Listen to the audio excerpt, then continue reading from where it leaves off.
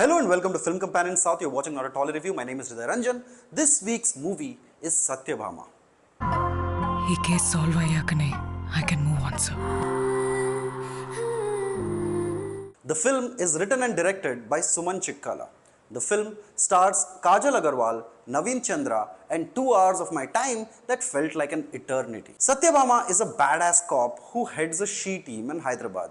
She is on a mission to end harassment and eve teasing in the city. Naveen Chandra plays her husband, who is a writer. Now, Satyabhama is the kind of cop who would prioritize her work over everything else.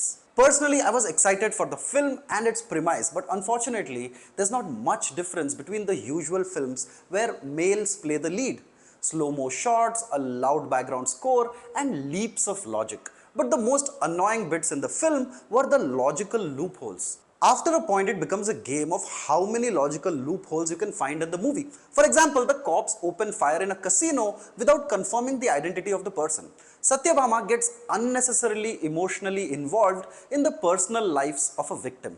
Hyderabad is the most surveilled city in Asia, and instead of using the surveillance infrastructure, they go on these manhunts across the two states. Satyabhama goes to a gambling den and uses binoculars to track the suspect. She keeps incriminating evidence found in a murder scene at her home.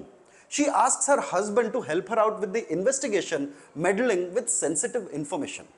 So in the film, when a cop says, Satyabhama, stay out of this, you're like, yes akka, please. The plot is meandering about like a raging bull.